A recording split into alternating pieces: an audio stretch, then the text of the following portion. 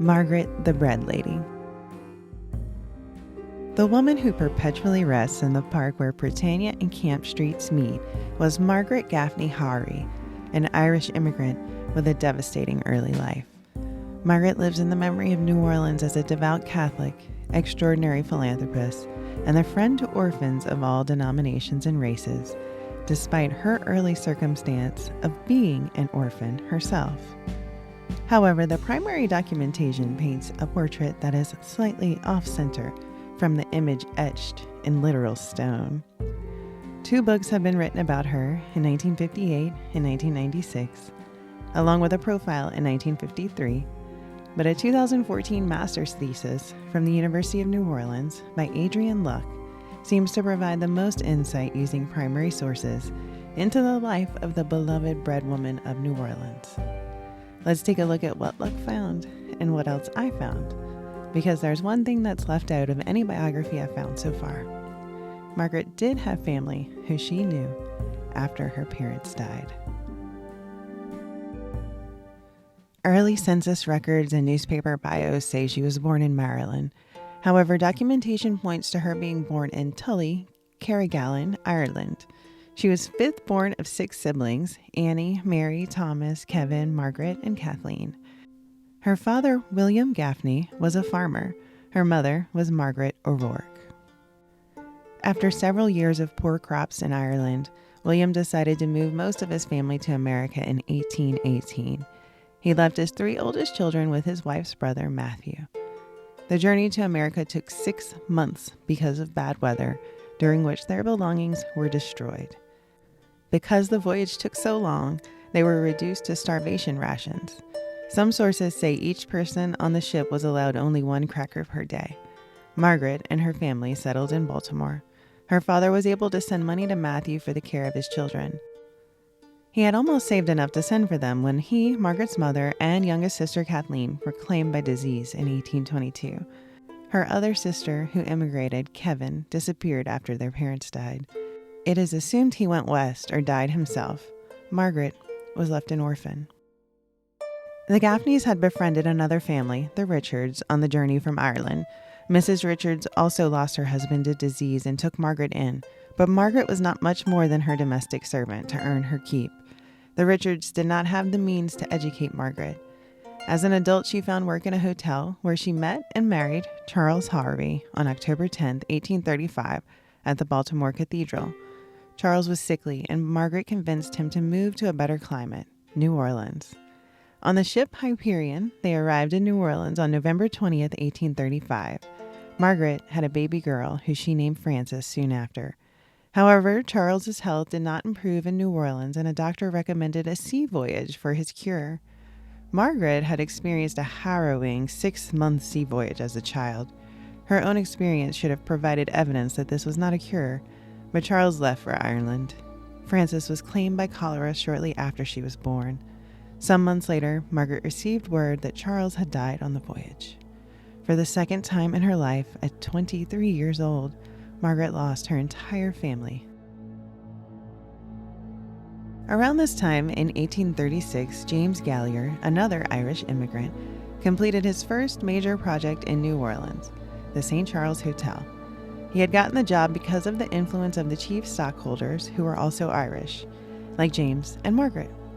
Margaret's legend is that after her family died, she worked at the St. Charles Hotel laundry and donated her extra income to orphans. In a capsule biography of Margaret Gaffney Haughery, M. Catherine Joseph Haughery wrote that she could see the Poitras orphanage from her window in the laundry. I'm not sure if this was possible, as the orphanage was on Julia Street, occupying the block between St. Charles and Carondelet, according to this 1845 book, Norman's New Orleans and Environs. While the St. Charles Hotel was about 7 blocks away on St. Charles between Gravier and Common. The sketches for the St. Charles Hotel are included in James Gallier's autobiography. It seems that all of the areas meant for women are on the right side of the building, but my eyes aren't sharp enough to catch where the laundry was located. In this article, the cupola of the St. Charles Hotel is cited as a place where you can see the river, so perhaps from the cupola Margaret longingly watched the orphans. Margaret purchased cows and began a dairy business to ensure the orphans always had milk. While I didn't find any primary documentation that she worked at the St. Charles Hotel, we do have receipts for her dairy business. More on that later. This is the time when Sister Regis came into Margaret's life as well. Sister Regis was the director of the Sisters of Charity at the Poydras Orphanage, which was established in 1817 as the Poydras Female Orphan Asylum by Julian Poydras. Julian was born in France and served in the 7 Years' War, where he was captured and imprisoned. He escaped to Saint-Domingue and eventually made it to Louisiana. According to 64 parishes, he was able to make enough money to buy enslaved people, and his wealth exploded from there. He established the Poydras Asylum on one of his properties to care for the children left parentless because of yellow fever. Julian died in 1824 with 1,000 people on his ledger as property. In 1836, the Protestant orphanage and the Catholic nuns no longer got along, and the Sisters of Charity moved to an abandoned plantation near the river called Old Withers, by many accounts, with the support of Margaret and her dairy business profits. Old Withers was the haunted house of the neighborhood at this time. In 1840, they established the St. Teresa Asylum on Camp Street, and it was built by 1848. Then the Louise home came in 1850, which was an inexpensive residence for working girls. By 1852, Margaret had established a dairy on 7th Street with 40 cows. St. Elizabeth's School of Industry opened in 1854. In 1859, Margaret took over a bakery she had loaned money, establishing Margaret's Bakery. Finally, Margaret's most beloved institution, according to legend, St. Vincent de Paul Asylum, opened at Race and Magazine Streets in 1859.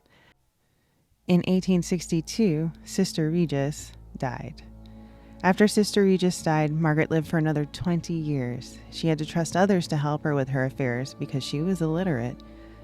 By 1869, she was involved in lawsuits about the contracts kept on her behalf. Many ads for the bakery appear in the paper during this time. In 1875, she was named in a patent lawsuit for an oven used in her bakery. By 1878, she had partnered with Bernard Klotz, and in 1881, she made a new will and left him her bakery. Margaret's death on February 9, 1882, was noted by the New York Times as well as local papers. Margaret's funeral on February 11, 1882, was attended by anyone of prominence in the state. Haughery noted in her biography, quote, "Her body was viewed at St. Vincent's Orphan Asylum, Magazine and Race Streets. She was buried from St. Patrick's Church at 10 o'clock Saturday morning," unquote. Children from all the orphanages of any religion, and both white and black, followed her funeral. Her pallbearers included the governor, former governor, mayor, editor of the newspaper, and Generals Beauregard, Ogden, and Meyer. Her service was conducted by all the prominent priests, including the Archbishop. Quote, "The prominence of the city and state leaders in her funeral shows her importance to the elite of New Orleans," wrote Adrienne Luck in her 2014 thesis. Determining where exactly Margaret rests today was a little bit of a challenge. According to her obituary, she was buried in St. Louis Cemetery No. 2 with Sister Regis. However, the database of the Catholic cemeteries does not include a listing for her. She had 2 entries on Find a Grave, one in St. Louis No. 2 and one in St. Louis No. 3. I requested that the duplicates in the database be removed, and after I found a note in Wikipedia about her reburial in St. Louis No. 3 in 1971. Quote, "Although first entombed in St. Louis Cemetery No. 2 with Sister Regis, the Sisters of Charity communal tomb was later moved to a circa 1971 mausoleum vault at St. Louis Cemetery No. 3, located on Esplanade Avenue in New Orleans. Margaret, along with her dear friend Sister Regis, and each Sister of Charity who died prior to 1914, are listed on 2 plaques. Margaret's St. Louis Mausoleum final resting place is an unmarked vault numbered 18A, located on Mary Magdalene Corridor. The source is just listed as Save Our Cemeteries. One of her siblings who was left behind in Ireland, Thomas Gaffney, did immigrate to Baltimore eventually, and he died there. He had 8 children who lived. He visited Margaret in New Orleans in 1857, and there are letters of their correspondence. Shortly after Margaret died in 1882, the 8 children, Mary, John, William, Margaret, Catherine, Michael, James, and Susan, contested Margaret's will, claiming that they were promised heirs to her estate. In her will, Margaret said that she had no forced heirs. A forced heir is a civil law term in Louisiana that dictates that a portion of your estate must go to your direct descendants if they are under 23 years of age, unless you write them out of your will for very specific reasons, such as they attempted to murder you. Even if Margaret's daughter Frances had survived, she would have been 47 at the time of Margaret's death and well past forced heir age. However, one of the nieces was 23 at the time of Margaret's death. Would this make her a forced heir as a descendant? According to Louisiana law, nieces and nephews are not direct descendants. Only your children, grandchildren, etc. are. So the niece would not be considered a forced heir. The nieces and nephews believe that Margaret had written a new will without her full faculties in 1881, influenced by Louise Catherine Jarbeau, to whom she left most of her estate. Attorneys for the succession argued that Margaret died without ascendants or descendants, the only relatives entitled to contest a will in Louisiana. Quote, "This defendant specifically denies that the plaintiffs are the legal heirs or next of kin of said deceased, or that they have any legal right to question the validity and binding force and effect of the particular legacies mentioned and referred to in said will, or the universal dispositions in favor of this defendant, or that either of the said legacies are inoperative, null, and void. Wherefore said defendant prays that plaintiff's suit be rejected and dismissed with cost." Unquote. The suit brought by the nieces and nephews was discontinued at their request in November of 1882. Quote, "On motion of Canard, Honoré, and Prentice of counsel for plaintiffs, ordered by the court that this suit be discontinued." Unquote. Indeed, Haughery was once a fairly common name in New Orleans, and it seems like individuals with the name like to claim that Margaret was their kin.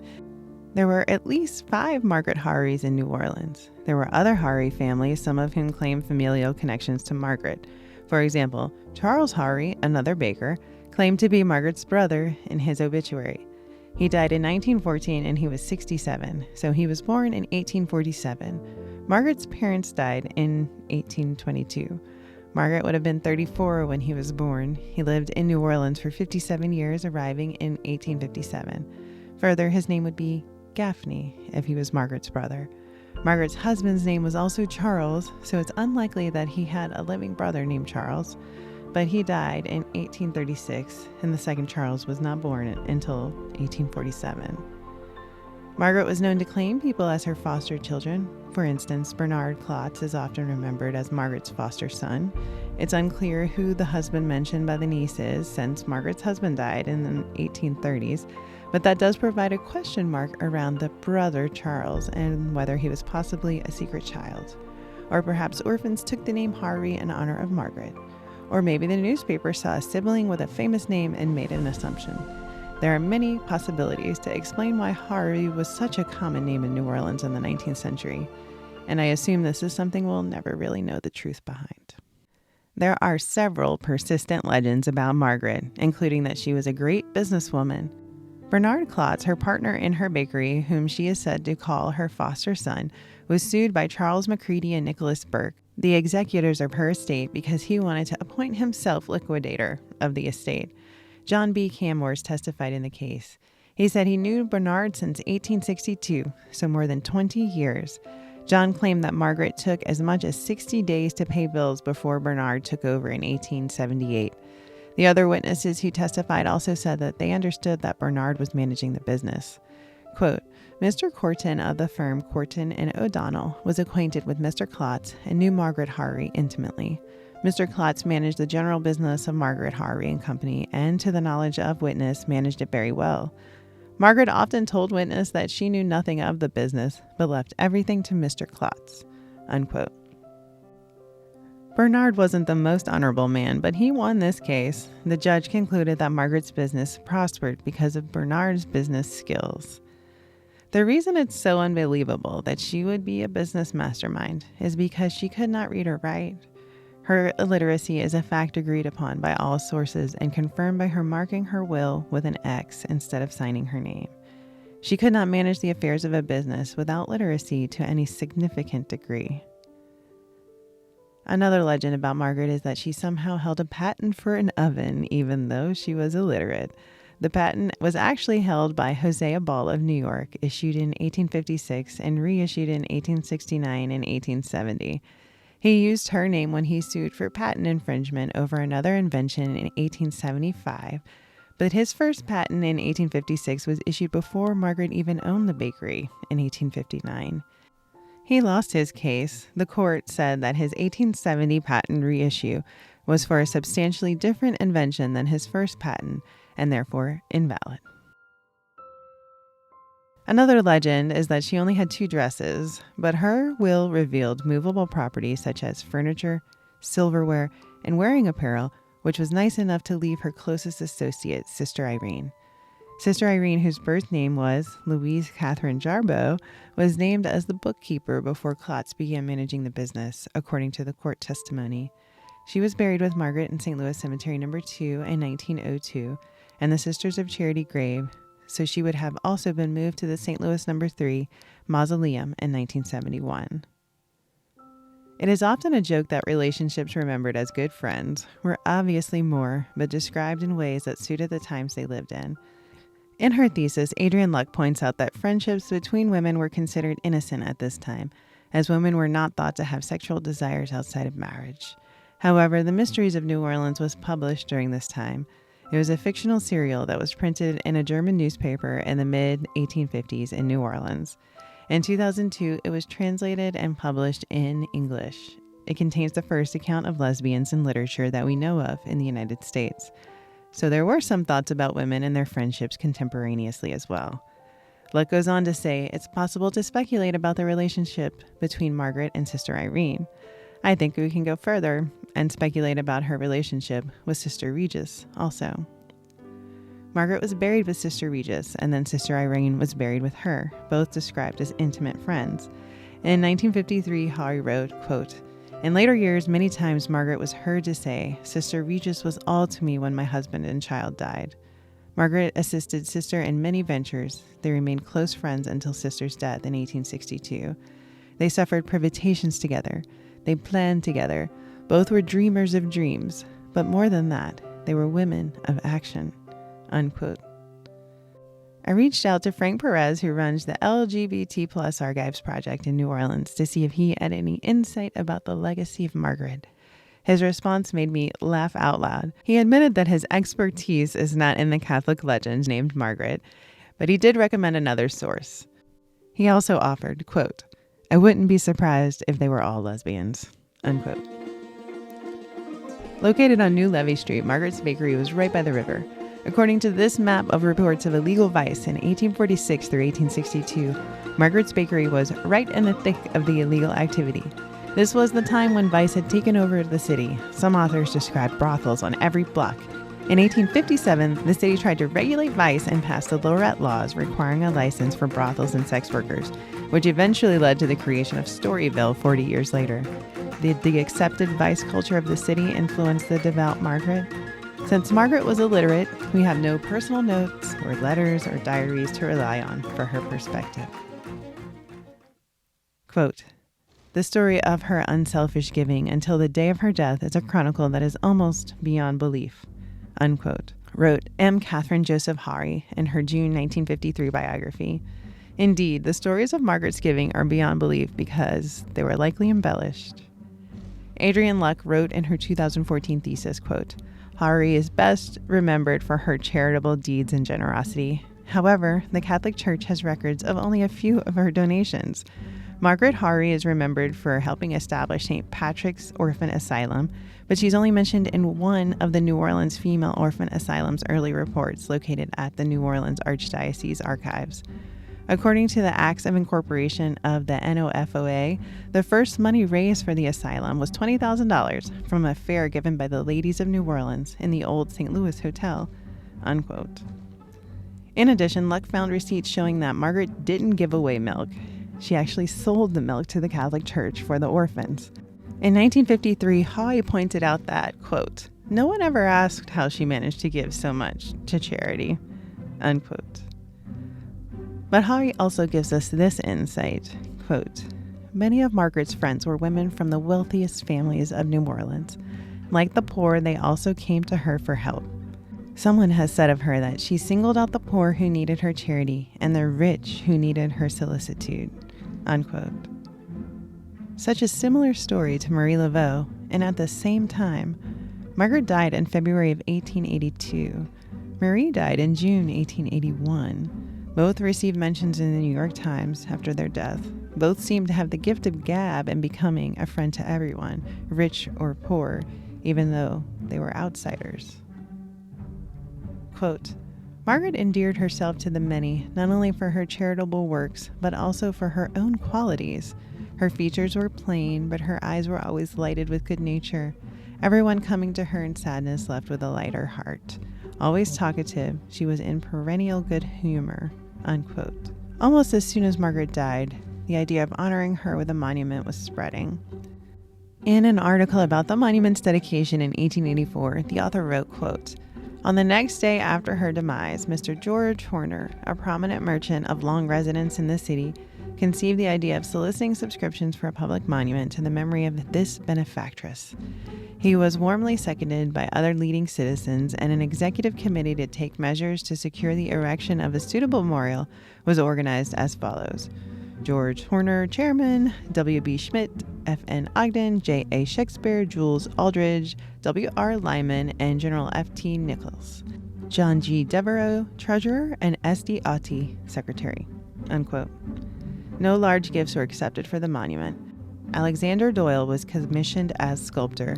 Doyle also sculpted the Robert E. Lee statue that was removed in 2017, among others. The statue was commissioned, executed, and dedicated within 2 years of Haughery's death. It was thought for a long time to be the first statue of a woman in a public place in the United States. It's interesting to consider why it was so important to immortalize Margaret with such expediency in a time when women were not honored this way. Luck writes, quote, the choice to honor Haughery in statue form could have meant that the citizens wanted her image to remain unchanged forever, unquote. The concept of philanthropy and charity became more organized around the end of the 19th century, ostensibly to cure social ills. The Gilded Age elite, who were not shy about showing off their wealth, were also trying to soothe the robber baron reputation. Learning that Margaret actually wasn't that generous in life and that the richest and most powerful people in Louisiana attended her funeral makes me question what exactly her role in the machine was. Margaret owned enslaved people and actively participated in trading other people. Adrienne Luck points out in her thesis that the mother of orphans sold a woman named Nancy away from her son, Henry, creating an orphan in her own orbit. A religious woman like Margaret participating in the peculiar institution would provide a good reference point to say, see, it ain't that bad if the mother of orphans will do it. The documentation paints a different picture of Margaret than the one promoted by the newspapers contemporaneously and in modern times. But then again, the editor of the Times-Picayune was one of those prominent folks mentioned at an illiterate woman's funeral. Luck argues that Margaret's success was possible because her status as a widow allowed her to own property. Quote, during the antebellum period, once a woman got married, she lost her femme sole status and became a femme couverte, meaning that any previous property or wages attained by a wife belonged to the husband. Single women such as spinsters or widows could keep their own property and wages as femme sole. This law was not meant to free widows into independence. The law's purpose was to help prevent a widow and her family from falling into unmanageable poverty. Although she was able to hold her own property, the life of a young widow was not easy, and in many cases she needed the help of a man. Unquote.